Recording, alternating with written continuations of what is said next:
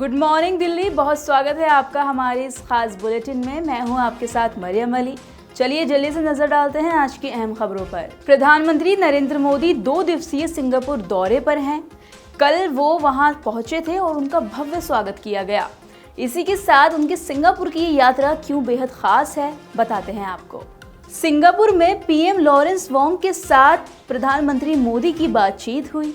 इस दौरान पीएम मोदी के साथ विदेश मंत्री जयशंकर, राष्ट्रीय सुरक्षा सलाहकार अजीत डोभाल और अन्य वरिष्ठ अधिकारी मौजूद रहे। इसके बाद पीएम मोदी सिंगापुर की संसद पहुंचे, जहां दोनों नेताओं ने एक दूसरे देश के मंत्रियों और प्रतिनिधि मंडल के सदस्यों से मुलाकात की। इस दौरान पीएम मोदी और सिंगापुर के उनके समकक्ष लॉरेंस वोंग की मौजूदगी में दोनों देशों के बीच कई समझौते भी हुए, जिसमें सेमीकंडक्टर को लेकर भी अहम समझौता शामिल है। बता दें कि भारत और सिंगापुर के बीच गुरुवार को पीएम मोदी और उनके समकक्ष लॉरेंस वोंग की मौजूदगी में कई क्षेत्र में समझौते हुए, जिनमें digital technology, health and medicine, educational cooperation और साथ ही स्किल डेवलपमेंट शामिल है।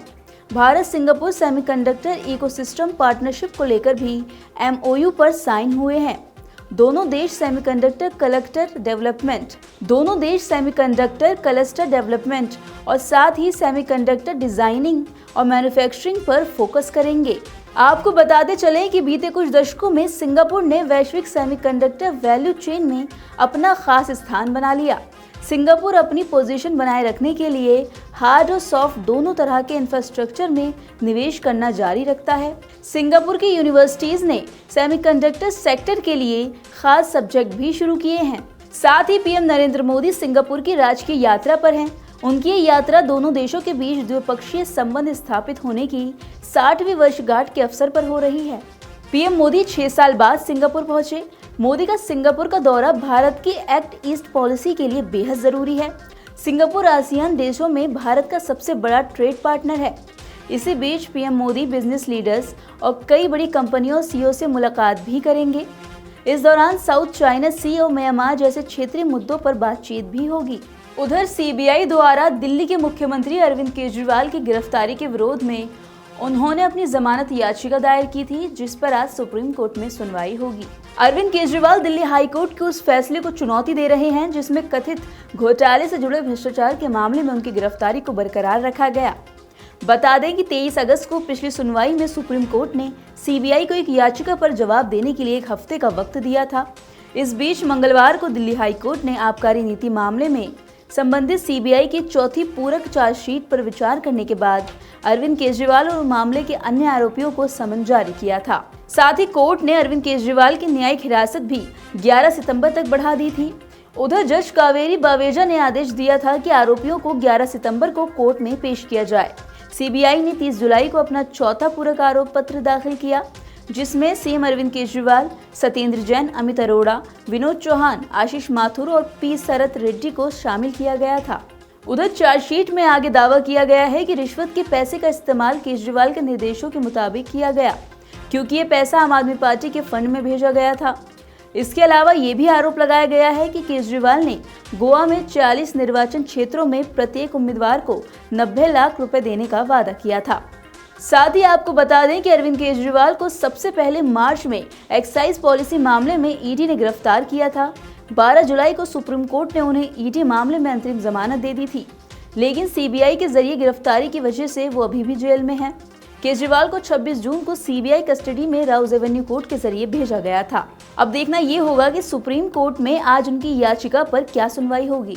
वहीं लोकसभा में नेता प्रतिपक्ष राहुल गांधी आज महाराष्ट्र जाएंगे, जहां वो कांग्रेस के अध्यक्ष मल्लिकार्जुन खड़गे के साथ पूर्व राज्य मंत्री स्वर्गीय पतंगराव कदम की मूर्ति का अनावरण करेंगे।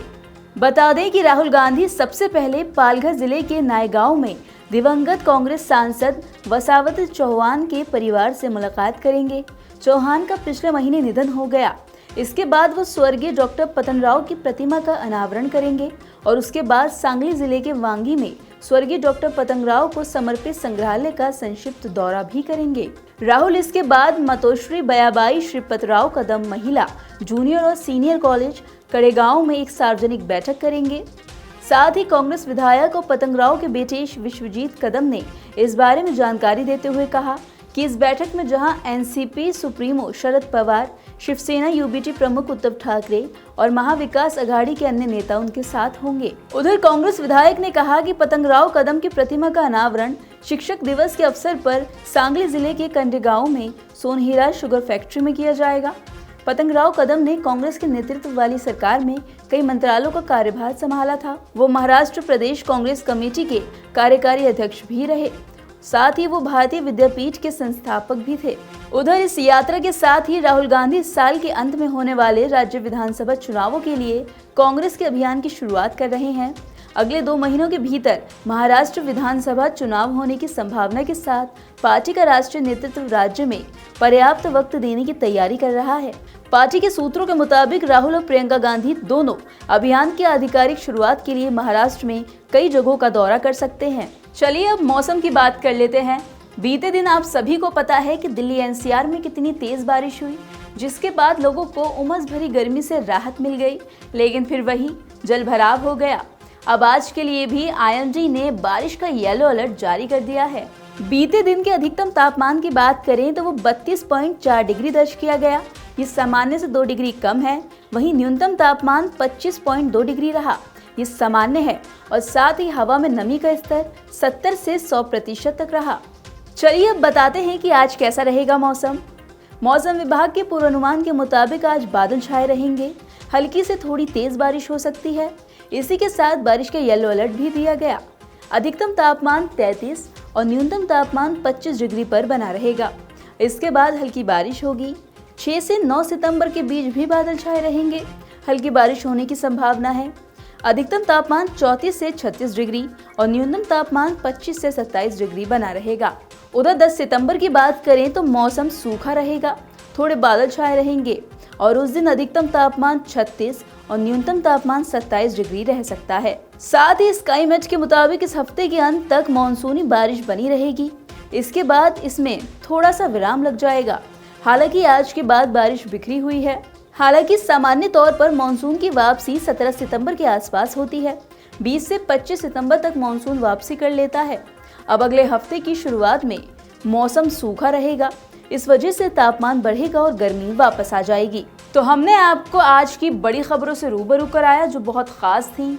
अब आपको ऐसे ही खबरों का अपडेट भी लेना है तो इसके लिए आपको जुड़े रहना होगा नवोदय टाइम्स पंजाब केसरी के साथ।